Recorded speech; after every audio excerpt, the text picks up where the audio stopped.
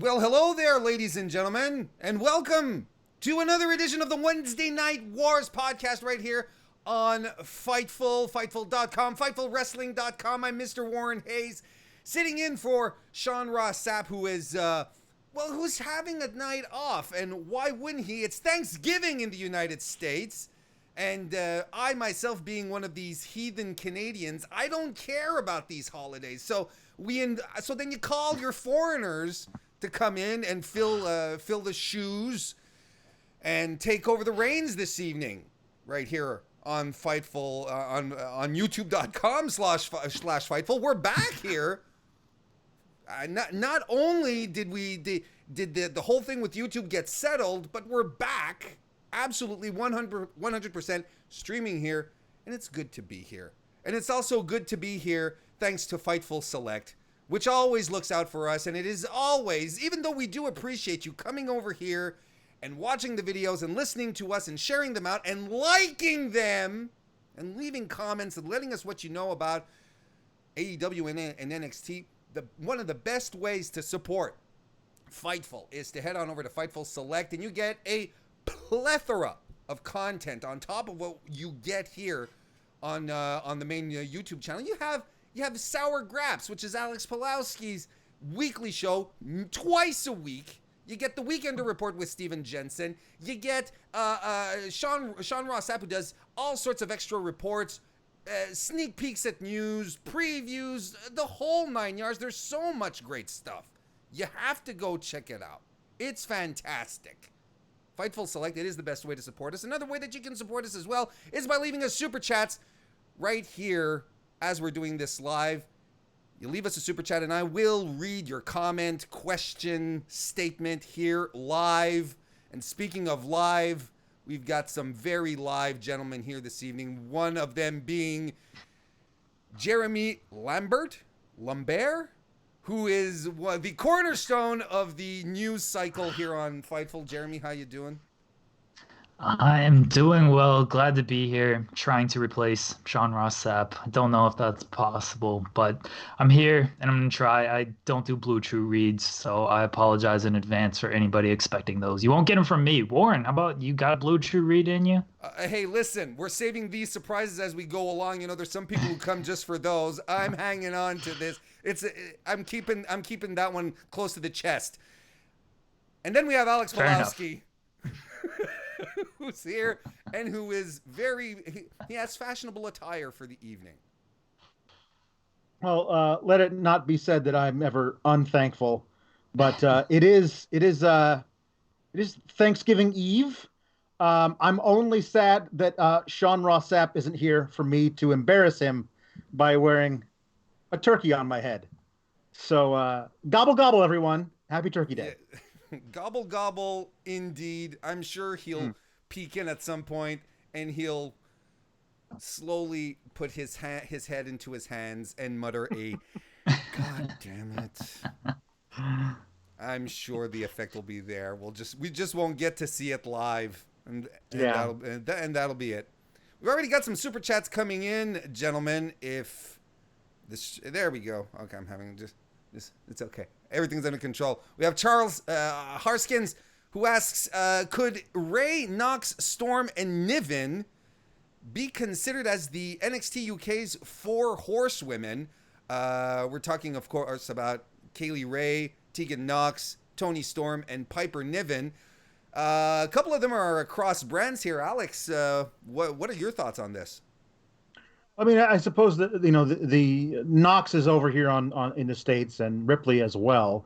But as far as cutting their teeth in the UK brand, I feel like those 4 would be there. I mean, maybe it's I'm not sure if Knox, because she's spent all that time on the shelf with the injury, might have been supplanted by somebody like Ginny or a Kaylee Ray. But I am sure. I mean, I would go with those. Jeremy, you have some thoughts? I would agree. Tegan Knox would be the one that might be questionable because she was in the Mae Young Classic before the NXT UK stuff really took off. But she returned to NXT UK. That was her first match back after the injury. So you can include her in NXT UK. I'm just shocked people watch that show. Young, just well, there is great stuff. You know, we had a match of the year candidate over there earlier this year. Young Bibby left us a super chat as well. It says, "Why was a Raw superstar challenging for the NXT Championship?" And if I'm not mistaken, if we're talking about tonight, there was no Raw superstars challenging for the NXT champion. He means for an NXT championship, which is the Cruiserweight Championship. Oh. Yeah, I don't know why. I mean, this is my brand supremacy. I think the idea that anybody who's under the weight limit from Raw or SmackDown could show up on NXT any week and challenge for that title means there's a Mustafa Ali versus Leo just out there waiting to happen. So let's get on it, guys, next week. Charles Haskins asks, we got a bunch of super chats coming in. Charles Harkins, asks again, would the Rick Martel Sensational Sherry HBK storyline work in today's climate? That's an interesting question, but I wouldn't see why not, because the idea is that she was playing both sides. I think it was, and neither of them were being outward disrespectful. They both wanted to have her as a manager, perhaps as a girlfriend as well. Jeremy, what do you think? I think it could work. I really don't see why it couldn't. Sensational Sherry was, I don't think she was mistreated in that storyline. She was always presented as a pretty powerful lady, so I don't know why that couldn't work. Yeah, and she actually ended up, she actually ended up screwing both of them and didn't have anything left to show for. And when I mean screwing, just and not just being awful to both of them. And Aaron J's fan left us a super chat as well. He says, "I got nothing to say, so here's some money." Thank you very much. We're gonna start with AEW this evening, which was Jeremy's beat. I mean, the evening starts off on AEW with a decorated ring filled with there's a portrait painting, there's a huge present, there's thank you across the ropes, there's giant inflatable mascots around the ring, and inside the ring there's the legend Soul Train Jones, who is there, and he has notes. He has something to say, and he has notes, basically saying this is the greatest night in television history. Yada yada yada. He went through it, but thank God he had the notes. This is basically to set up Jericho's thanks for him getting thanks for everything he's done so far in AEW, and he comes out. There's a marching band. This was quite the setup, wasn't it, Jeremy?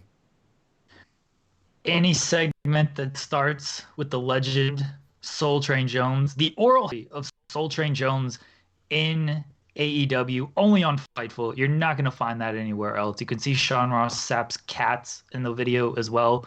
Any segment that Soul Train Jones, a home run of a segment right off the bat. I thought this segment was good. I liked the Inner Circle interactions. I thought they were hilarious. Ted Irvine showing up and burying the Blackhawks, always good. I'm not a Blackhawks fan either, so bury them as much as you need to. That was fantastic. Ted Irvine getting the local town heel heat. I thought the local team, heel heat. I thought it was fantastic.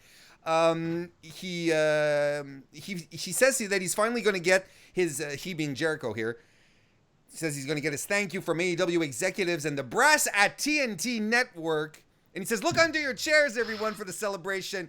Some of you will get a 50-cent coupon for the newest Chris Jericho shirt. And he even announces that the AEW is officially launching a bit of the bubbly champagne, Alex. Now, I'm not the most connoisseur, but if you're whipping champagne together over the past, over a month or so and bottling it, it's probably not Dom Perignon. Well, no, but it's a limited edition. So you got to get it while it's there. Otherwise, you can't have a little bit the bubbly. I mean, I think they only bottled like 1,000 bottles, and then it's gone. It's going to be a collector's item. You got to get a little bit of the bubbly. The Inner Circle come out. They give him gifts. Sammy Guevara gives, which I thought was pretty funny, a cardboard cutout of he and Jericho hugging, which I thought was pretty good. The Santana and Ortiz give him a Boricua gift basket and make him an official Boricua by putting a headband over his, well, not a headband, what's the word I'm looking for? A bandana over his head. Yeah. And Jake Hager comes out with a goat, a literal goat, the Jericho, which is the next meme. And but the goat didn't quite cooperate. AEW, as far as AEW using animals on their shows right now, they're 0 for 2.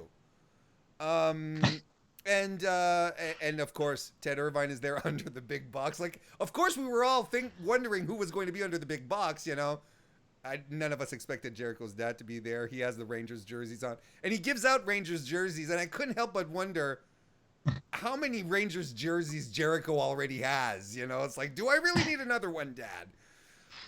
He actually gets, he being Jericho again. I'm okay with my pronouns. Trust me, folks.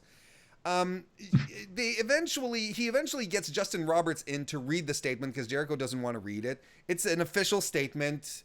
Some thank yous from the people at Time Warner and TNT and so on and so forth, thanking Jericho for his contributions, for making AEW so great. But he doesn't like the tone in which Justin Roberts reads the segment, so he beats him up. And all of the Inner Circle beat Justin Roberts up until people in the in the marching band run out. Turns out to be SCU. They fight them off. And Soul Train Jones bumps. He takes a bump. Clothesline down. Soul Train Jones, ladies and gentlemen. Jeremy, this was an 18-minute segment. What do you think? A little long in the tooth by the end of it, for sure. Justin Roberts, I thought he was going to get choked out with the tie, which would have been a callback to the Daniel Bryan thing with NXT. I honestly don't know why you do this without doing that. Yeah, they missed a couple of things tonight, and I'll talk about that at the end of the show. But yeah, I definitely thought that was a missed opportunity as well. And then Jericho, I don't know if the timing was off with SCU, but you could clearly see Jericho look up the ramp multiple times as he's beating down Justin Roberts. Like, okay, where's everybody at to run in? So I kind of tipped things off. And then Soul Train wasn't exactly the most cooperative of wrestlers while taking his bumps. So yeah, a little long and a little clunky at the end, but all the stuff with Jericho and the Inner Circle interactions was really good. Yeah, I love Jericho just being the most like a lazy healing is just so great, where he's talking to Justin Roberts. Roberts is like, so where are you from? Oh, actually Arlington Heights, right near here. I went to Buffalo Grove High School. What high school did you go to? Buffalo Grove High School. Buffalo Grove High School sucks. Like, it was just so lazy and so great. Like, it's just the most low energy healing. He's so good at it. I love it. Ella Quentin sends us a super chat, says best part of Jericho's segment was the chanclas gift. Chancletas. That's the Spanish word for flip flops. Okay. The sandals, and when Ortiz or Santana says these can double as a weapon, the joke is that a lot of mothers use that as a spanking tool for their children. I'm actually, somehow, if you look at me, you wouldn't know this, I'm a quarter Puerto Rican, so I understand the proud and powerful idea. My grandmother on my mother's side used to use a chancleta and throw it at us when we were being a little crazy when she was babysitting. So I know all about the chancletas. Well, thank you very much, Alex, for illuminating me on this one. I feel much more woken now. Trent and Chucky T defeated the Lucha Brothers. Trent is on a roll. There wasn't much here to this match. We get the hug really early on, but the Lucha Bros get in control. There's a nice double team wheelbarrow splash by the Luchas, which I really liked. Trent hits, or what? No, it was Chucky T. It was Chucky T who hits standing sliced bread on Phoenix. Tope con Hilo on the Luchas, and then Trent tries to do it as well, but he eats a super kick by Phoenix. Orange Cassidy comes out dressed as a turkey, not unlike our own resident turkey here this evening. It distracts Pentagon long enough to be taken out, and there's an MK Ultra in the ring by Trent. He calls it the Crunchy on Phoenix for the win. Alex Trent, not Alex, Jeremy. Not that I don't like you, Alex.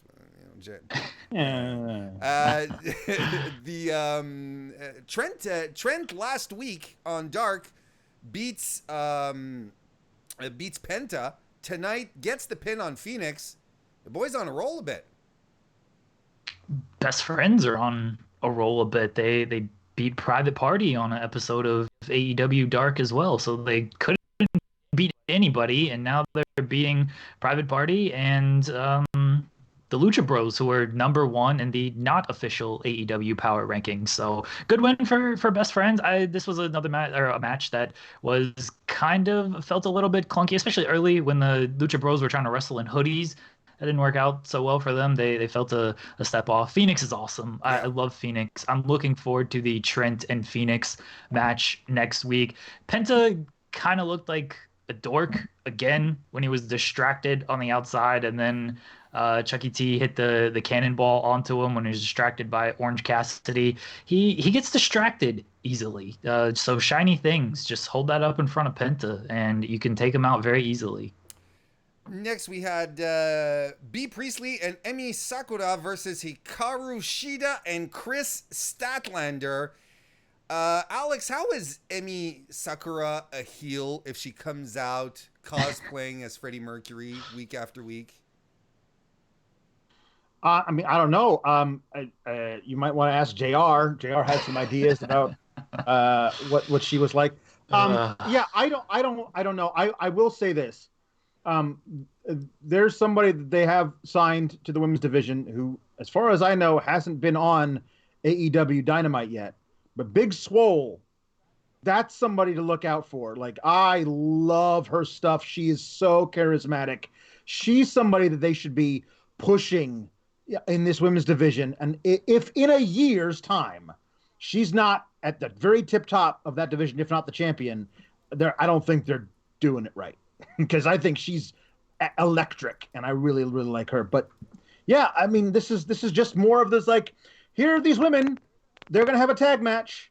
It doesn't feel like that they're really building a women's division with storylines and defined characters and a overall drive with this women's division toward anything.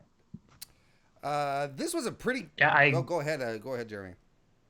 Oh, I was just going to say, I agree that this match felt very random and thrown together. Why are Shida and Statlander teaming? I mean, Statlander hasn't even been used. This was her Dynamite debut. She was on Dark. Why are Sakurai and B. Priestley teaming? Like, what is the reason for these teams here? So it just felt like, let's throw these 4 women out there, and then the number 1 ranked woman, Shida, she didn't take the pinfall, but she was on the losing team. So again, just a bad night to be number 1 in the not official rankings.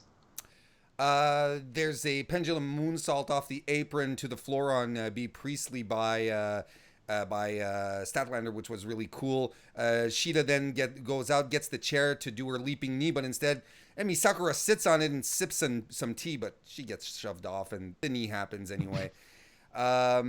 Sakura hits an abdominal stretch in the middle of the ring using the mic stand, which, of course, JR is going to have conniptions over. There's some boots to the face. Statlander gets a really great hot tag. She does her pump handle Oklahoma roll. Sakura hits a twisting facebuster, a huge backbreaker on Statlander. Statlander hits an electric chair facebuster as well. There's a Falcon Arrow by Shida on B. Priestley. A Michinoku driver by Statlander. Can't get the job done, but it's La Magistral that gets the win for Emi and Priestley. As you said, Jeremy, Statlander ate the pin here. I like this match. It was good stuff once it started to pick up. It really got cooking. What do you think? Yeah, I thought the match was fine. Again, I just had no reason to care about it. Like, why are these women out there? Why are these teams happening? Just give me a reason to care about this match instead of just throwing out two cold teams and expecting me to care. I did like that Sakurai got a 10 count on Statlander. She was not letting go of that pinfall after it was over. I don't know what the reason was for, but it certainly happened. The work was strong. It's just I had no reason to care about it. Well, it's an overall criticism that's pervading the AEW's women division to a point that Kenny Omega had to address it, or he did address it this week, because it is a big talking point. He says to expect big things in 2020. I don't know why they're not pulling the trigger a little earlier on this. Alex, any final thoughts? Nope. Okay. Moxley has a quick promo where basically he says he's Napalm Death and he's coming to get us. It was good stuff.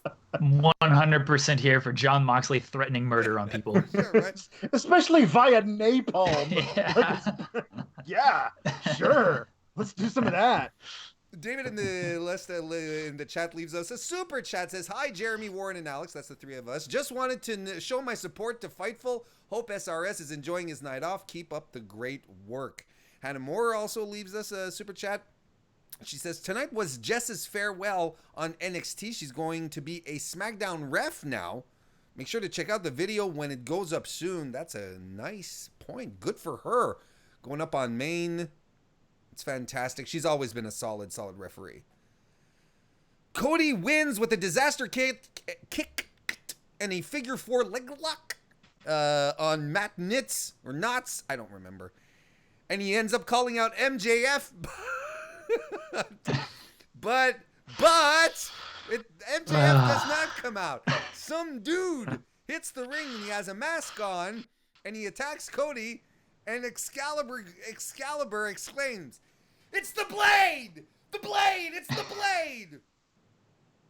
And JR says, "What?" And then just as Excalibur tries to explain to us, there's a guy that literally comes through the ring, through the tarp, and Excalibur goes into conniptions again with the Butcher! It's the Butcher! The Butcher's here! JR rightfully says, "The Butcher? What? Who's the Butcher?" And Excalibur doesn't have any real reason. She just tells us, "It's the Blade! It's the Butcher!" And then Allie comes out in her bunny gear, and he says, "And the bunny! The Blade! The Butcher! The bunny!" We get it. Alliteration. It's fine. Jeremy, Sean told me that the only reason you're here tonight is to explain this segment here. This is how you're going to make your pay. It's all yours. It's not the Better Business Bureau. It's not the Big Baller brand. It's the Blade, the Butcher, and the Bunny. I don't understand what's so difficult about this. This crowd didn't know who they were. No one knew who they were except for Excalibur, and I appreciate his excitement, but I couldn't get excited just because he was yelling their names. They attack Cody, so it shows that maybe they have plans for him, but one's Braxton Sutter, the other guy's name is Andy Williams. When Alex, what should his name be? Madman McMonagle. That would be much Everyone's better name. Burying the lead here. The dude with the big Silas Young mustache is wearing a monocle. And okay, like when I'm like, I need no new information. Don't tell me anything else about this guy.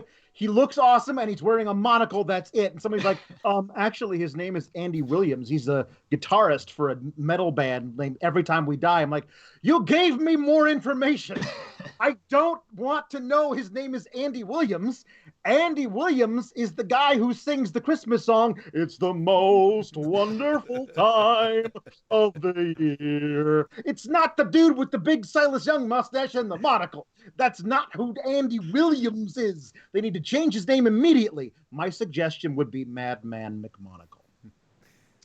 Andy Williams looks and has the name of a guy who would be perfect in NXT UK. That's true. Yeah, the segment didn't work. The crowd didn't care. The crowd didn't know who they were. At least they added Allie. She's known, so I'll give it a chance. We'll see what happens, but Yeah. not and attacking Cody should be a strong debut, but no one cared. They're gonna have to. They've dark ordered these guys fairly early, and they've saved the Dark Order. But for these guys, we're getting a lot of similar characters with these darker kind of wearing all black people. One thing I'm wondering, the last time we saw Allie, she got attacked by Awesome Kong and her hair was, chopped off. Is that what happens? Like if you get a lock of your hair taken, all of a sudden you like go to a dark dimension and come back bringing two balding dudes in trench coats? Is that what happens? Because that's interesting. B Priestley got her hair cut, and I mean she was already dark. I guess Yeah, did they mention that on commentary that hey, Awesome Kong attacked this woman and cut her hair and Nope. yeah, it's forgotten. I guess I literally forgot about it until you mentioned it, Alex. JR was too busy being confused, as was I. It's rare that I'm really on the same page as JR when it comes to commentary. But yeah, this was very reminiscent of the Dark Order debut, and I'm surprised they decided to go that route because it didn't quite work out. They're saving the farm right now, if you ask me. But anyhow, Eloquent left us a super chat saying Cody gets jumped after matches too much. LMAO. Not entirely untrue. That does happen quite a bit. He does need some backup. Where are all the bait? Where's Cody's That's friends? what I was gonna say. Doesn't he have he has a family, the Nightmare family. Sure, MJF is gone, but Dustin was there. DDP was there. Sheesh. The Elite were there. Where are these guys? Dante in the chat leaves us super chat, says, bring in the villain to lead the Blade, the Butcher, and the Bunny.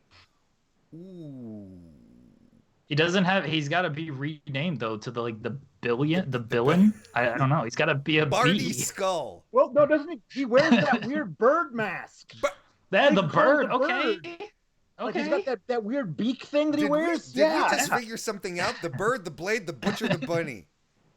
Yeah. Or instead of the bird, you can call him the beak. Alex has the scoops. Yeah. All right, let's move along. Pac versus Kenny Omega. Kenny Omega defeated Pac. I like this match a great deal, as it is every encounter between Pac and Omega. Pac kips up out of a Kitaro Crusher, which was amazing, but then he eats a snappity snap dragon suplex immediately after and a spine buster. There's a lot. Jeremy, Omega kicked this one off really, really easy with a big burst of big offense. Got everyone cooking really quickly, got the audience into it quickly. I love the start of this match. It's tough to have a bad match when you're Kenny Omega and Pac going out there. Match was fantastic. I question it was a television match, unfortunately. We know they're capable of more. We saw it on pay-per-view. I like the start of this match as well. I will say I was distracted. I had to write about the B formation, so my attention was a little bit divided here. But I did enjoy this match. I do question a little bit of the booking. It looked like Pac was going to be on a strong run, and now he's lost 2 out of the last 3. Again, another ranked number 1 in the unofficial rankings, and loses here tonight. And Omega, I thought he was on a losing streak and trying to find himself, and now he's just beating Pac on television. So these records are going to look a lot of 500 records here shortly, and you're going to see 50-50 booking might be a thing just across companies. This was, like you said, Jeremy, though, this was a fantastic match again. Pac wriggles out of the "you can't escape" move, and they kick each other mercilessly. Pac hits a super fucking arrow on Kenny Omega, who avoids the black arrow, though, and comes back with a V-trigger. There's some pin reversals, and Kenny Omega basically gets the win. But, I mean, this was hard-hitting, big move, heavy-hitting, violent. I liked it. Alex, I don't know how much of the match you got to see, but this was again, something good. Yeah, this was the one that I was looking forward to the most, so I made sure that I paused it and watched it during NXT commercials. I love Pac, man. I love Pac. Neville, Adrian Neville. I love Adrian Neville. I know the stuff that I love most about him is the little stuff. The way he sold that Snapdragon suplex was just awesome. Like, he rolled up and halfway stood up, but then was like, nope, I'm going to sit down now. Like, it was really, really, he's just excellent. I think these guys work so well together because so much of their offense is velocity based. It's how fast they're moving when they hit you with something. And it's these guys were excellent. Again, it's really weird. You have this thing where you say, hey, these win-loss records count. So let's have two of our objectively best guys on the roster wrestle each other a bunch. So they're going to get each of them a couple of losses, which then drops them down the standings. But we see these guys near the top. So I don't know what you do there. MJF defeated Hangman Adam Page to win a ring. A $45,000 ring. $45,000 ring. I don't know why that does not impress me, but it doesn't. So I mean, the match was fine. It was short, but it's one of these that just happens, and you'll kind of forget that it ever happened. MJF uses the referee to hit an eye poke on Hangman Page, but he reverses with a discus lariat, takes him down, hits the buckshot lariat actually, but Wardlow, who accompanied MJF to ringside, puts MJF's leg on the bottom rope to break up the pin, and MJF ends the match after Wardlow sneakily punches Adam Page with the Crossroads because he's a dick. Allegedly. Yes, allegedly. Diamond Dallas Page comes down to the ring to hang him the ring. DDP says that some of his actions have been very disappointing, but tonight you're the man. Gives him the ring. MJF puts it on his finger. He kisses it. He shakes Page's hand, but he gives the ring back. And Wardlow gets involved. DDP says you're going to look like a fool once a 65-year-old man beats you up. I mean, I can't wait for Wardlow versus Page. Diamond Dallas Page. Right, Jeremy? We might get Wardlow and MJF against Cody and Diamond Dallas Page. Yeah, don't know that. I just saw that. It's a possibility. This match was, as you said, something you're probably not going to remember. It didn't feel like a big deal, like they were battling over this ring. That Crossroads was brutal.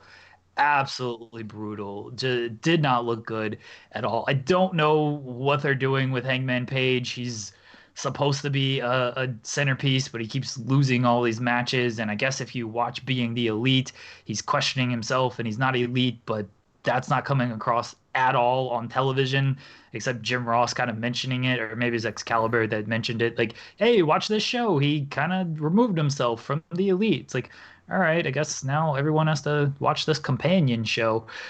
With MJF and Page was fine. I wish MJF would have talked a little bit more, give the man a microphone. And the Wardlow stuff got broken up. And at least there was a reason that Cody didn't come out. He was attacked earlier in the night, so at least they can get out of that by saying, yeah, Cody was attacked, so he couldn't come out there to confront MJF or help save his friend DDP. It was fine, but yeah, not something you're going to remember a week from now. Why are we fighting for a ring, Alexander Pawlowski? I don't know. Just give yourself a mid card title. What's your version of the Intercontinental title? You can call it the Diamond Belt, like whatever you want to call it, but it should be like, this is wrestling. We all know what people fight for. It's a title belt. It's not for a ring. I don't understand. Like, this is them. I feel like this is them overthinking being different, and sometimes different isn't always better. Sometimes you've got Arn Anderson under the umbrella. Like, create a TV title and have him present it. Like, he's the greatest TV champion ever. He's the TV title guy. So you use that. I mean, like, if you want to call it the diamond thing, you got DDP, that's fine, but it should be a belt. But it's weird. But is it like they won't be using it, right? Because MJF just handed it back.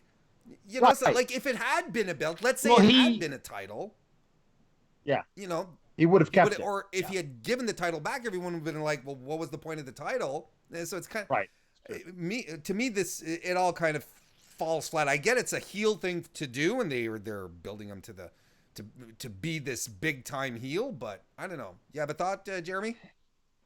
Oh, it's like they said it was going to be an annual thing, so they're apparently just going to give this ring. I mean, if the guy who wins it gives it back, is my point. Yeah, if the guy who wins it doesn't want it, what's the point?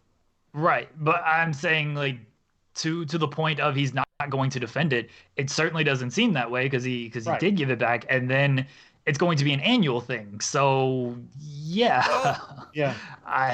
I'm hoping is that someday, we'll have like a curio shop of all these award props that were, and maybe the ring will be there next to that green strap that Braun Strowman won a couple of years ago in Saudi Arabia. The Mountain Dew title. Exactly. Dustin Rhodes came into the ring to cut a promo, and he said, and I quote, and I'm going to try and imitate him because it made me chuckle. Jake Hager, you broke my arm. Now I'm out to get your blood. And I kind of thought that was funny. Then Guevara comes in, Santana and Ortiz. The Young Bucks come out. Another series of run-ins to further everything. Shattered dreams everywhere. Jeremy, some quick thoughts maybe? This was kind of felt a little sloppy as well, and yeah, it just, the guys felt a step off, and I guess it sets up the match for next week, so they did that, but otherwise it felt rushed too, so just not, it accomplished what it needed to in setting up the match for next week, but otherwise it just happened. What wasn't sloppy though was the Dark Order vignette that we got again this week. I loved the setting that they did here this evening. Felt very Black Mirror-ish, a little David Lynchy at times. How Evil Uno was giving the seminar unmasked, but yet we didn't see him fully unmasked. I like that little touch. On my own show that you can listen to at youtube.com/Mr. Warren Hayes, subscribe today, I posited that the Dark Order was AEW's first bungle in handling talent and getting them over. I think they're slowly proving me wrong here, Alex. No, I mean, this is the thing, is that the problem I have with it, this is I'm not going to let AEW get away with it, even though they're a young promotion, because I certainly wouldn't let WWE get away with it. They did bungle it, and now they're trying to save it. They're doing a good job of it.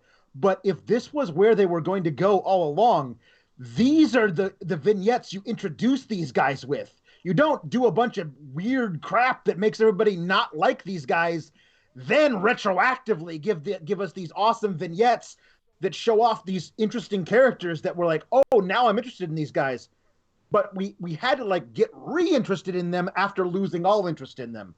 So you mean, like, you get points for fixing it correctly, but you had lost all of the points ahead of time for bungling the introduction the way you did. And I'm glad they're giving them that this is giving them a second wind, because the Dark Order are phenomenal. They really, really are a great tag team. Jeremy, any thoughts on the vignette? I love it. I loved it last week. Thought this was a very strong follow-up. So I'm with Alex that either you do this initially and that's how you introduce them, or good on them for recognizing that whatever they were trying to do at first clearly wasn't working, and they pivoted into this. I definitely remember Cody saying in the build-up to AEW over the course of the summer, spring, summer, saying that, if things don't work, we're going to listen to the audience and we're going to course correct. I think this is going to be a perfect example of that. Chris Jericho defeated Scorpio Sky to retain the AEW World Championship. Aubrey Edwards is officially your main event referee, right, Jeremy? Like, she's done them all at this point, right? Her and Jericho have very good interactions, and I think that plays a big part into it, as well as Jericho knows he can play off of her really well. So yeah, I think she should honestly referee like every single Chris Jericho match. This was a physical match. Both guys really went at it. There's early on an ace crusher by Sky. He goes for a missile drop kick, but it's caught by Jericho and reversed into a lion tamer. There is indeed a spot here where Jericho and Edwards go at it. Then Scorpio Sky fights back. He hits a cutter and follows in with a great dragon sleeper. Hager runs in to create a distraction, allowing Jericho to break up this, allowing Jericho to get out of the submission. Kazarian and Daniels come in to take care of Hager. Jericho has the belt, meanwhile, in the ring because Aubrey is outside trying to keep control on the outside with people who aren't involved in the match. Go figure. No one's perfect. But Jericho has the belt, but Sky avoids getting clocked with it, hits the TKO, doesn't put Jericho away. Jericho does, Sky hits a leaping Super Hurricane Rana while Jericho is up on the top rope, which was really cool. Jericho hits a code breaker on Scorpio Sky as he flies off the top rope.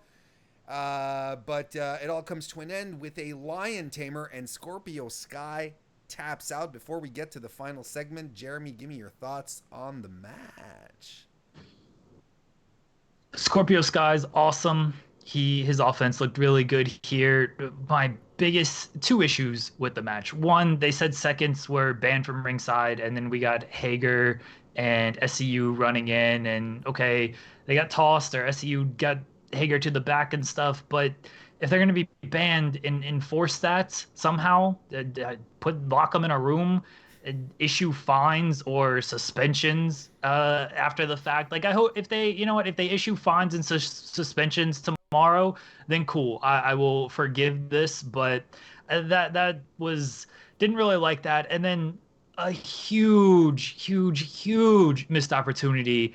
Scorpio Sky won the tag team titles with the small package. He beat Chris Jericho with the small package. There was no small package in this match. He did the backslide, and that was kind of your roll-up near fall, but the small package is how he won 2 main event matches on television, and you don't do the tease in this match. It was perfect. It was easy. And they didn't do it, and I just don't understand why that was not part of the match layout. Jericho winning, no surprise. Good match, kind of a shorter television match. I thought Scorpio looked good, and Jericho he's 46, 47, might be the youngest AEW champion of all time, but still obviously not what he was in his prime. No, of course not. But he did. I thought he, for what the match was, I thought he delivered. He really leaned into it. And then after the match, Jon Moxley comes out and stands he stands with a mean face in the audience. Staring down Jericho jaw jacks at him. Shut up, Alex. Tell me what you think about this. The turkey is laughing. Your Porky Pig impression is spot on there. I gotta say, whew, that was good. That was good stuff. I'm gonna say this about the Moxley thing and him staring down Jericho menacingly. If you told me after the Mitch the Plant incident a few years ago in WWE that I could ever possibly get excited about another match between these two gentlemen, I would have said you were certifiably insane. And yet, here we are. Because I'm so jazzed to see Jon Moxley. Here's what Jericho should do. He should say, you're not allowed to have a match with me until you beat all the dudes in the inner circle. And then you can have a match and have Moxley go through them one by one. Have him take on Ortiz and Santana at the same time. Just go nuts Like, just be crazy. That would be an awesome way to do it. They should build to Jericho versus Moxley at their next pay-per-view. Those are your two. Ooh, Yeah, ooh, I got I'd be chills. really into. They've done a couple of callbacks. They did some tonight. There were a couple of callbacks to the Festival of Friendship tonight. Just with the portrait. There were a couple of winks last week. Was it last week when they did when he and MJF were having the promos on each other, and they did that reference, the Roman Reigns, when Jericho and Kevin Owens were jaw-jacking at each other, and they ended up calling Roman Reigns. Maybe they will do something with Mitch the Plant. I mean, they have to. They have to at least do some kind of obtuse reference to it. So that was AEW Dynamite this evening, folks. We are going to move on to NXT, but before we do, why don't you check right now on your YouTube video, your YouTube window. Did you like this video? Are you liking it? Did you give it a thumbs up? Please go ahead and do it. Also share it out. We still have stuff to talk about. We have to talk about NXT. We have to talk about the opening segment. Dueling opening segments tonight, Alexander. We had the opening segment over on Raw. Not on Raw. On AEW. On NXT. Different celebrations as well. The NXT crew coming out to celebrate, to rap, listen to rap music like the kids today enjoy doing. All the NXT locker room is there. They're dancing around the ring until Adam Cole and the lads come out. Undisputed Era. And Adam Cole throws a big glass of ice cold water on this house party that they're having, saying that the only reason NXT was successful this weekend is because of Undisputed Era. The ring sort of empties out, and in the ring is all the people that are left are Ciampa, Matt Riddle, Keith Lee, and Donovan Dijak. I'm going down the Sean Ross Sapp route as far as Dominic Dijakovic goes. Yep. Just FYI. Yep. He says, Adam Cole says, "We are your champions. You should be thanking us." He says, "Newsflash, none of you are NXT. The Undisputed Era is NXT. Me and the fellas here, we are the Iron Men of the brand." Alex, with the couple of weeks that only Adam Cole has had, just him and about himself, it's hard to argue that statement. It is based in fact. Oh no, they're absolutely the Iron Men of NXT. But I don't know. I don't believe Shayna was in the ring for the giant rap celebration. If she had been, then he would not have been allowed to say, "None of you are the reason why we won," because Shayna won her match. Actually, somebody should have said, "Kyle, Bobby, didn't you lose your match?" So it's just fine. It's always okay for your heels to lie, as long as the babyface is pointed out. Otherwise, you're just gaslighting us and making us forget things that actually happened. I thought this was all really great. I thought it was a really cool thing to do with Full Sail, because Full Sail's been there since the beginning, and how awesome it is for those fans who showed up at every taping and are there now every week to celebrate with them, saying our success is your success as well. So that the NXT, if Raw came out, if Raw had won the battle for brand supremacy, and they had this big celebration, come on, no. But because it's NXT, it's a major deal that they feel like it's a big deal that we were pushed to that limit. And I thought that was great. Also, Adam Cole, being up his own ass is also perfectly in character. That is true. Ciampa basically says that it's the beginning of the end for the Undisputed Era. He says war's over and Daddy won. So now Adam Cole, I'm coming after you. But Finn Balor comes out and Ciampa challenges him for a match later in the evening. We have... Oh, but the way he does it says, "Hey, Prince, you found your king." I think, oh, that's good. That's good stuff. That's some good stuff right there. Yeah, that. There's a whole section of Twitter that just went, fanfic! We have Tom Phillips replacing Mauro Ranallo this evening. I don't necessarily want to do a deep dive into this. There's videos that Sean has made about this. He talked about it on Listing Your Boy. But he is replacing Morrow. He's not there this evening. Jeremy, we've seen how everything has gone down on Twitter with Corey Graves and his apology. Apology. Yeah.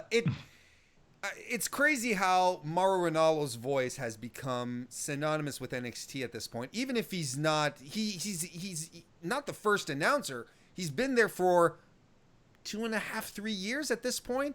But he's been in such a crucial moment of the brand's history. It's odd to have an NXT happening and him not being there. Especially a big celebration like this, like Alex said, like this felt like NXT's moment at Full Sail, and the fact that Mauro Ranallo, who's given us these memorable catchphrases throughout all these events. I mean, the crowd did honor him with a Mamma Mia chant a little bit later on, but yeah, to not have Mauro's voice to be part of this show, it definitely felt odd, and I almost felt bad for Tom Phillips because he was kind of just thrown into this in a almost no-win situation, and he did well. Like, I think Tom Phillips is a good announcer, but this was Morrow's spot with everything going on in the brand supremacy with NXT winning. Keith Lee and Donovan Dijak faced off against the Undisputed Era. Early on, Bobby Fish takes a bad spill to the outside. We cut to commercial, and when we come back, there is no Bobby Fish to be found. Roderick Strong is in his trousers wrestling. Roderick Strong, on no notice, wrestled almost all of this tag title match in non-worked Wranglers with no belt, so you got a full-on advertisement for like 15 minutes on USA for Calvin Klein underwear. Like, it was pretty amazing. Not quite sure. Obviously, Jeremy will keep us posted as far as the status of Bobby Fish is. Pretty sure it wasn't a work. I don't think they would have. It didn't look like a work, and it doesn't feel like a work, and it's a shame. Poor Bobby Fish. He's literally turned into Mr. Glass. And it's really, really a shame because he still has some years to give us. Strong and Kyle O'Reilly start working Dijak's knees. Lee gets the hot tag and runs both guys down. Double slam on both guys as well. Later on, Dijak gets triangled. I like this spot. He gets triangled by Kyle O'Reilly. Starts deadlifting him. Roderick Strong runs in. Dijak grabs him by the throat and simultaneously choke slams and sit out power bombs both guys. I like it. Not the first time that we see Undisputed Era taking big bumps, crazy bumps for bigger guys, Alex. And every time it works, and they seem to take great pleasure in putting the bigger guys over like this. Yeah, no, they love it, and I mean, I don't think that it can be said enough that they freebirded the tag titles on the fly. Yeah. Like Roddy Strong was not supposed to be a part of this match. He wasn't supposed to wrestle tonight, obviously. He didn't have a match scheduled for anything else.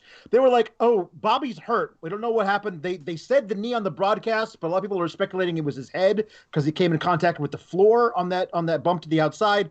Whatever it was, they were like, Bobby's out. You're in right now. And they just did it. Like in the old NXT days, they would have stopped, maybe not even done the match, maybe restarted it, like whatever. This had to happen now, and there were a bunch of times during the match where you could tell they were trying to improv something, or Kyle was like trying to tell Roddy this was the spot me and Bobby had planned, and they were out of position.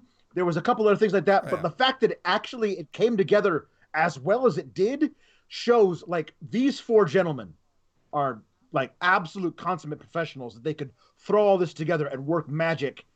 Yeah. Again, on the fly. I thought it was amazing. There was a whole moment where Kyle O'Reilly and Strong are on the outside of the ring, and Kyle O'Reilly has his arm wrapped around him, and they're talking to each other. You know that Kyle O'Reilly is just like, okay, this is the finish. This is what we're supposed to do. Blah blah blah blah blah. For sure. Yeah. No, this for what it was. they got through a very unfortunate situation.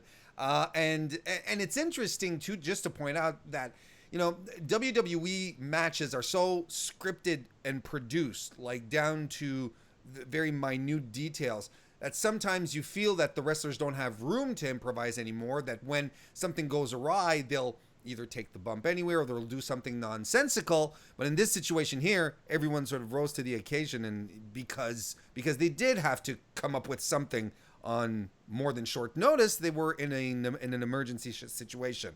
Match comes to an end when Adam Cole tries to run in, but he gets pounced by Keith Lee into the audience. But saying, unless you haven't seen it, saying he got pounced doesn't render it justice, Alex. It's something on another level that happened this evening to Adam Cole. He flew out of his own soul. It was as though he had rocket boots on. He went 6 people deep laterally into the second row. Like, it was crazy. Again, Adam Cole, after this entire month of match after match after match, he's wrestling with a bad wrist anyway. Just take the week off, Adam. We're begging you. Nope, I'm going to do one more bump, okay? And this is the bump he does. And it's like, okay, amazing. I love that. That's like Dijak, by the way, I want to call him what O'Reilly called him on Twitter, which is Dijak Gorbachev, which is just a perfectly O'Reilly gobbledygook crazy thing. Dijak Gorbachev, whatever. Anyway, he watches Lee do this, and he's so shocked that he ends up losing the match. It's just, oh wow. Keith Lee was stunned. Keith Lee he just looks around the entire arena and like, wait, where did he go? Yeah, I think he was a little surprised himself at Cole's sell on this one, because that was something special. It was a great moment. That spot was amazing, and I don't know what the numbers are going to be, but that was all over my timeline. Sure. Like, that's all anybody was talking about the rest of the night. Candice LeRae is disappointed in Dakota Kai. She says that she's someone that she used to consider a good friend. No, a sister. Well, tonight she's getting into the ring with her pissed off big sister. I don't know how that feels like. I'm the oldest child. Mansoor defeated Shane Thorne tonight, Alex, in a quick match. There was a nice spot where Mansoor goes for a dive, but Thorne catches him on the outside and backdrop drivers him to the floor. But Mansoor gets the win with a slingshot neck breaker. Please don't let me say his name one more time, Alex. I thought this was his first ever televised victory outside of Saudi Arabia. Somebody corrected me and said he won some match while it was still being taped. I good for him. I mean, like, I'm glad that the push for this guy extends outside of his home country. Mm-hmm. Otherwise, it's completely disingenuous. Like, you have him win this giant battle royal. He doesn't win anything again. Then he goes back the next year and beats Cesaro.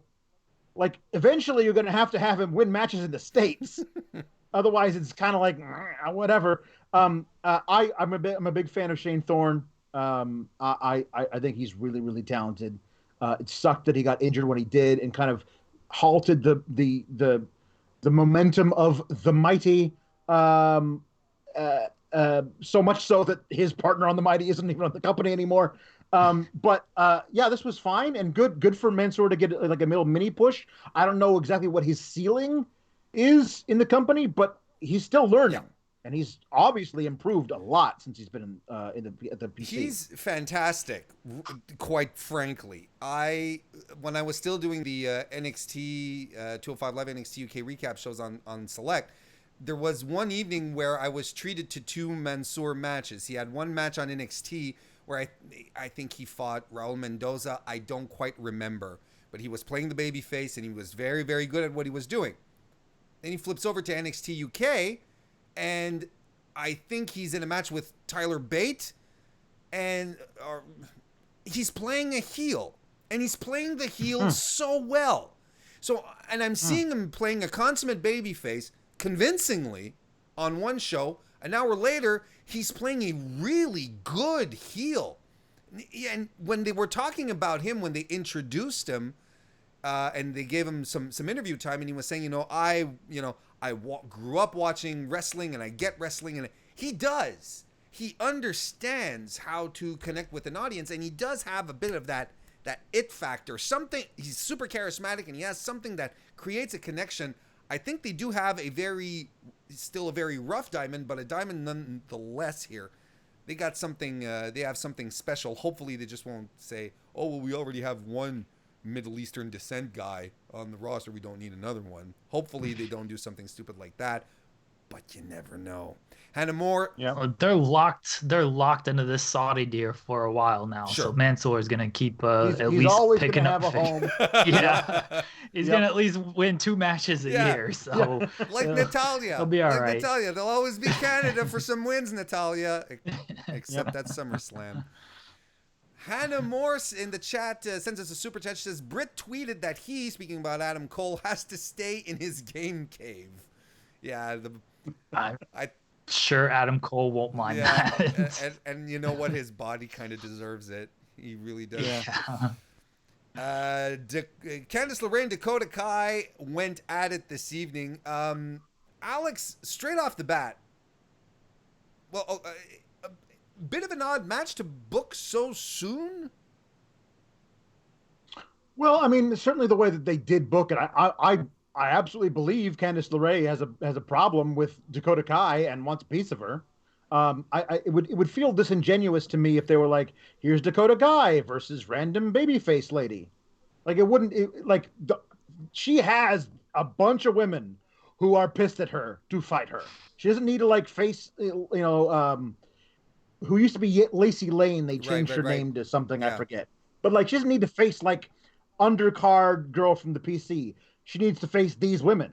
And I thought to myself, well, at least we know that Dakota Kai is going to get off of this losing streak, because I didn't think they were going to have her lose. They didn't have her lose technically, but this was a very good match. I personally was not aware of the big sister little sister relationship between Candice LeRae and Tegan Nox, because all they had told us about before this was that Tegan Nox and Dakota Kai were best friends and had been best friends for years. So it was news to me that Candice LeRae and Tegan Nox were super tight as well. I think it's fine. I mean, that may very well be true, but it's kind of a weird thing that they said right now, for the first time ever. By the way, she's my little sister, and I love her very much. But you don't need to do that.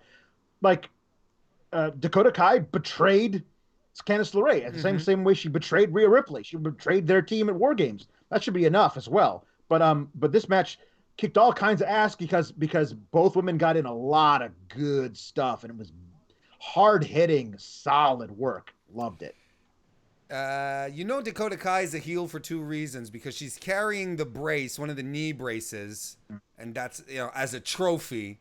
Plus, Jeremy, she's wearing her jacket, exposing one of her shoulders. That's a very, very, that's an attitude. That's some badass attitude right there. Can't even be bothered to fully put on her jacket. Yeah, I know.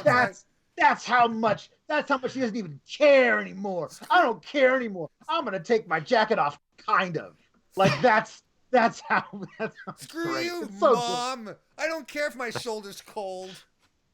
Yeah, it's a rebel attitude. That's how you prove you're a rebel. Dakota Kai's got a lot in her to be this good of a heel.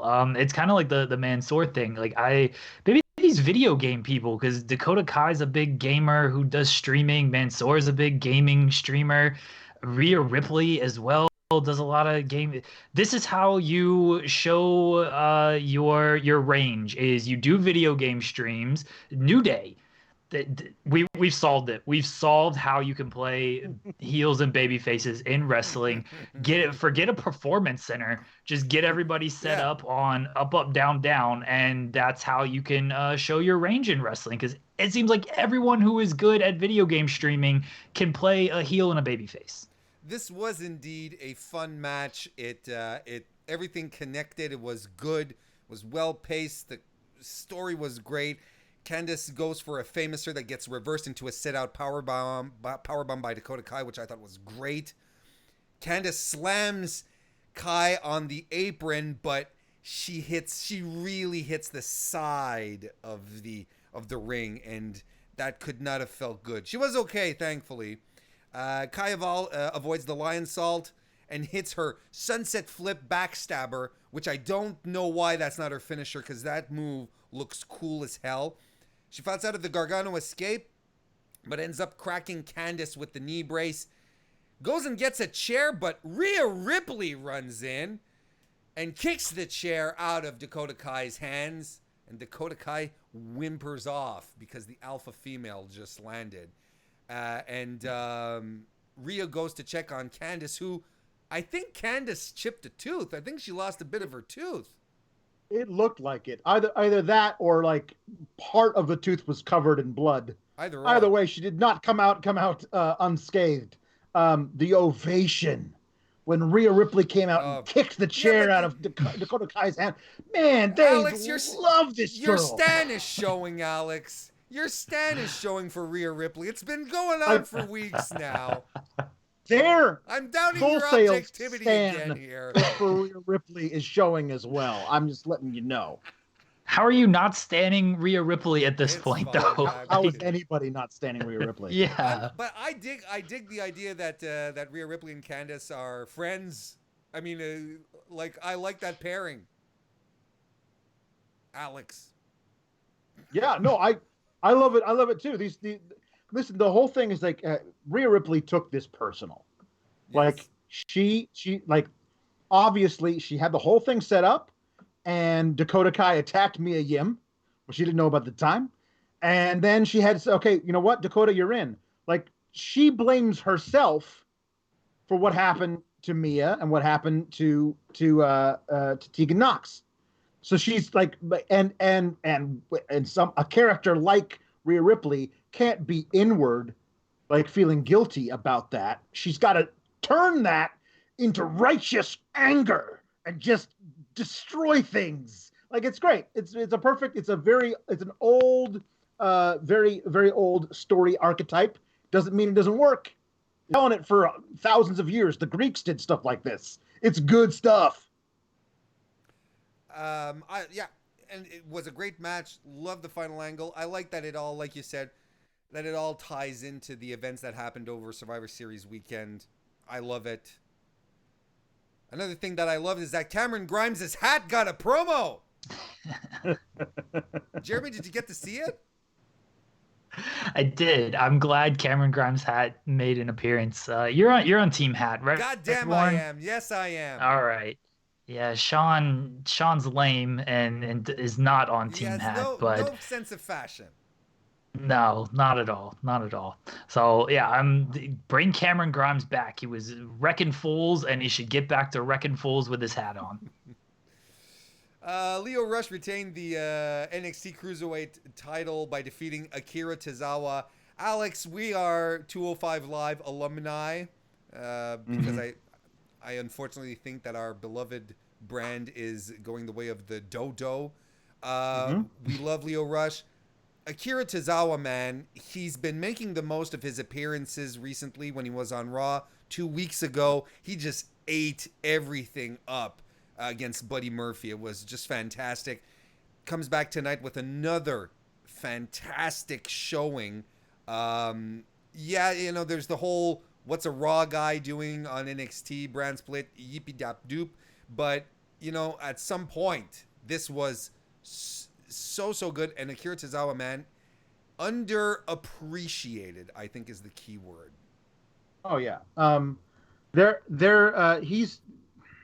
He and Lio had a feud that even predates Lio Rush's time as Bobby Lashley's hype man. They had a feud in 205 Live that was banger, just awesome. Really good, really, really good matches. The blow-off match from that was excellent. This was better than any of those matches. Like, it was really, really great. And I'm thinking to myself, Akira Tozawa, you can stick around. Like, Don't go back to Raw. Stay here. No point in going back. Stay here. Have an awesome 12-minute match with Cameron Grimes. Like, do something awesome. There are bigger dudes, smaller dudes, whatever. Like, all former 205 Live guys. This includes Cedric Alexander. This includes Buddy Murphy, if he can get back down under the weight.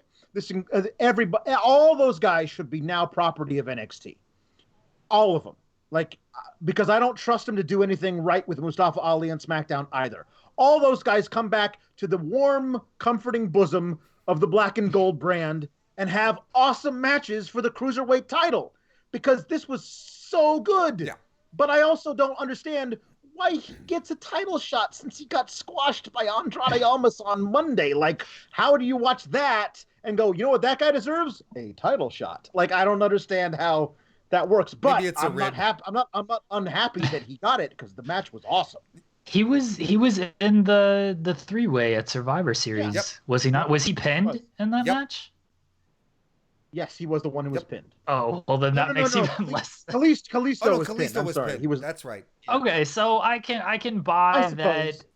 Tozawa wasn't pinned, so he gets a one-on-one match. I agree. Like, he just lost to Andrade, and he lost to Buddy Murphy like the week before that. Outside of his weight class against Andrade, right? Of course, yeah, we can all make sense of this, guys, if we think really, really he's hard. 7 pounds outside of his weight class. Andrade. I like your rule, Alex, of, hey, if you're 205, just come to NXT. It doesn't really matter which brand you're on. Just come challenge for the title. And all they have to do is just have someone come out and make it an edict. That's it. They just, like, anyone who's under the weight limit can come and challenge for the NXT Cruiserweight title. It doesn't matter where you're from. And you just put it out there into the universe, and then it starts making sense. He does his he being Tozawa, he does his running cannonball off the apron to the outside, right into the barricade on Lio Rush. I never get tired of seeing that, and I am always terrified every time I see it, kind of like the Big E YOLO dives. He hits a missile dropkick that can't put Rush away. They trade some really great strikes on each other, double kick each other down. Tozawa hits a goddamn release German suplex onto Lio Rush off the apron to the floor, Alexander. Yep. That wasn't even my favorite spot, although it was amazing. Tell me what your favorite spot was. My favorite spot was I just retweeted a GIF of it. It's their counters back and forth where nothing actually hits until they do a double bicycle kick right into each other's face. Like, that was so good and so fast. These guys have such great timing together. Like, if honestly, if like you said to me, Lio Rush can wrestle one guy exclusively for the rest of his time in WWE and vice versa, like, it'd be these two guys. They're so good together. Akira Tozawa, just stay in NXT. It's fun. stay here.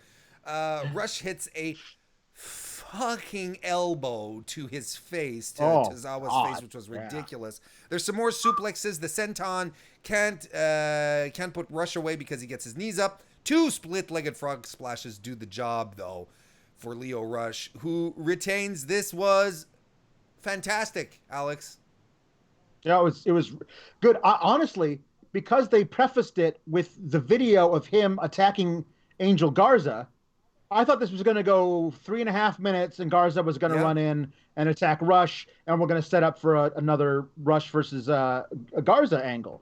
I did not expect this to go the full length, nor did I expect it to be like low-key match of the night. Like, this was awesome. So I'm anticipating we're going to get more Garza versus Rush. That's why they did the whole angle of him attacking him backstage, and they showed the video again.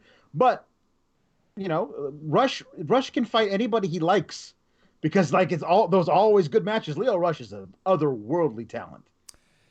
Xia Li defeated Vanessa Bourne. They sort of This was a match that occurred. Yes, they sort of played off the Aaliyah thing, but look, this is not what we're here for. We're here for Shayna Baszler and the Horsewomen coming out to attack her. Lee tries to fight back, but Shayna Baszler, man, what are you doing? You know, so that brings out Rhea Ripley, who comes to calm things down. and she basically tells Shayna Baszler, you may have defeated Bayley and Becky at Survivor Series, but when you went face to face with me, I beat you, and I'll do it again. And next time, let's do it for the NXT Women's Championship. And to this, Baszler responds, Rhea, you might be the nightmare, but I'm the reality. It's a line we've heard her say before, Alex. So sweet, though. God, I love that line. It's perfect. I mean, these two women are so great together. I love just that it's not like white meat baby face versus terrible evil heel. Like Rhea Ripley just wants to beat people up, and why not you, since you've got the title? Like, I think that's so great. And Baszler asserting her dominance, reasserting her dominance just by like, me and my two lackeys are going to beat up this girl who just won. Not because we're going to have a feud with her. We couldn't care less about Xia Li. We just want to make sure everybody knows that we're still top bitches in here. And I think that's awesome. And I love that Rhea Ripley's like, not so fast, my friend. This is going to be so good. All of it's going to be so good. I don't know. I hope we don't have to wait until TakeOver Portland, like 4 months from now. You could do this match next week for all I care. I just want to see it again. Jeremy, you're booking Rhea Ripley versus Shayna Baszler tomorrow. Who wins? Rhea Ripley. Yeah. Baszler's run she's done a lot. She's beaten seemingly everybody. It's, people have thought it was going to end with Bianca. That was January. Like, people were thinking, okay, let's end it there. And it's November and she still has the title. But yeah, Ripley is the hot act right now. And I'm with Alex. I'm doing this in Full Sail. Like, we haven't had a women's title change really what was the last title change in Full Sail? I guess the tag team titles with Undisputed Era and the North American. But the women's title, we haven't had that change in Full Sail. So for a while now, I think maybe since like Sasha Banks. So I would do that title change in Full Sail, especially after the reactions she got tonight.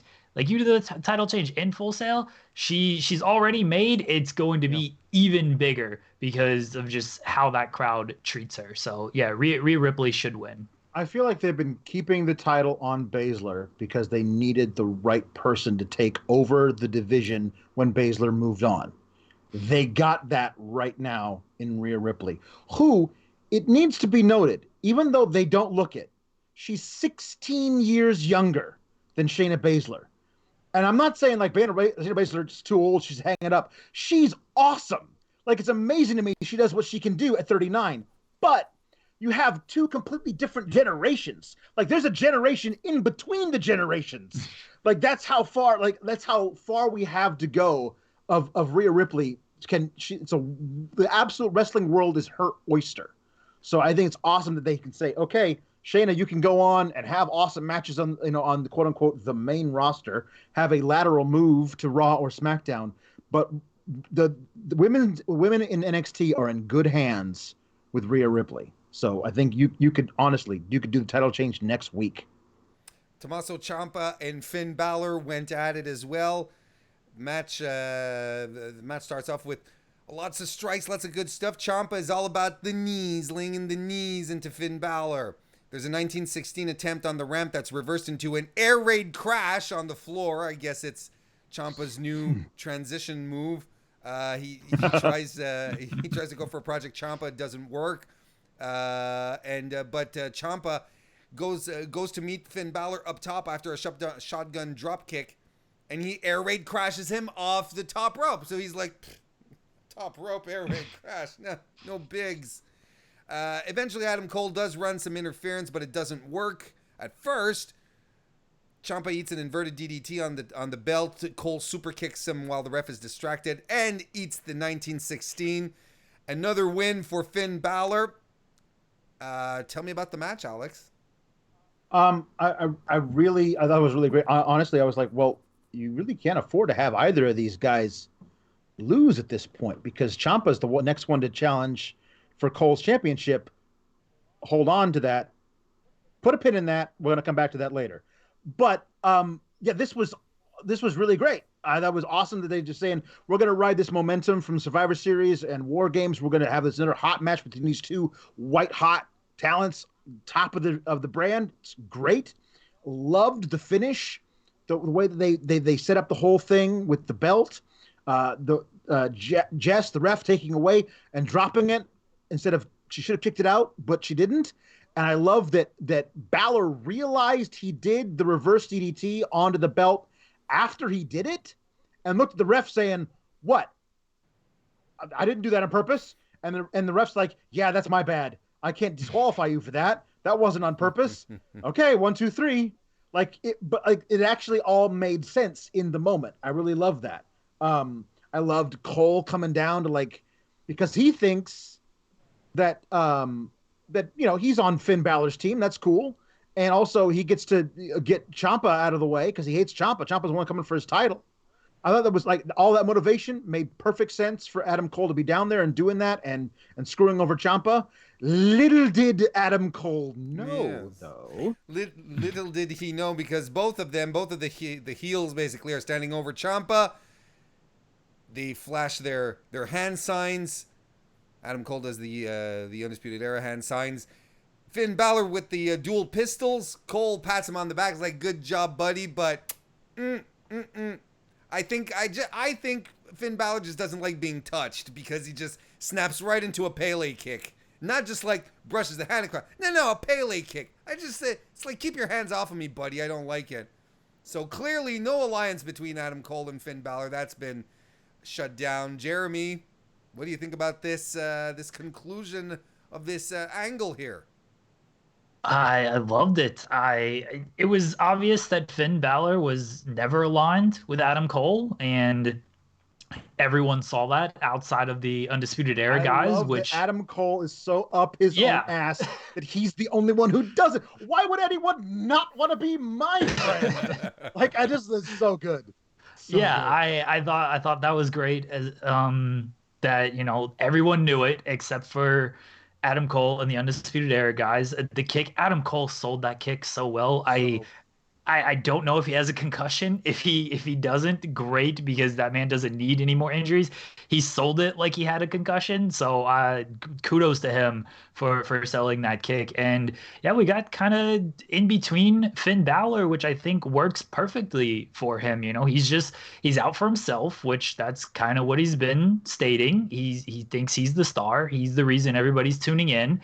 We'll see if we get some Balor Club members, and I'm for it. You got really hot acts at the top of the card with Ciampa losing. It can take the loss because of how it happened. Undisputed Era is Undisputed Era, and now Finn Balor's here. So the top of the card for NXT in both the men's and the women's division, really, really strong right now. Yeah, I mean, they're. It seems to me it's evident that they are building toward a Ciampa versus Finn versus Adam Cole for that belt, and that's tasty. Yes, it is. That's some good stuff. And this podcast was the good stuff as well, as we're going to wrap it up. Guys, the gimmick is who won this week in one word, AEW or NXT? Alex? NXT. Jeremy? NXT. I'm going to go with NXT, but I feel like it's close this week. Very, very close. One word, Warren. One word. No, but it's a feeling. The host gets to talk more. Yeah. Sean always breaks that rule. We went a little over. AEW tag team rules. Yeah, here. There you go. We went a little over this week, folks, but it's okay. It's Thanksgiving. Everyone gets to sleep in tomorrow, except if you're not living in the United States, whereas I hope you have a good work day, you schmucks. And I'm including myself in there. Thank you all very much for watching. Remember, folks, support us at Fightful Select. Go check that out. Alex is going to have some sour graps coming up later this week because there's SmackDown coming up. It's the only review show that bills itself as completely and utterly negative. And Jeremy's going to have some fun stuff too. The AEW rankings on Friday and a whole bunch of other stuff. Where can we find your good content there, Jeremy? Twitter, I guess, at Jeremy Lambert 88. You can follow me on Twitter and listen to Sour Graps. It's really fun because Alex is just mad at everything, and I'm fine with that. Where else can we find you, Alex? I'm at Alex Sour Graps on the Twitter. Follow me on Twitter at Mr. Warren Hayes. And of course, if you're not already following Fightful, you follow us at Fightful Wrestle. Thank you all very much for joining us, everybody. See you next time.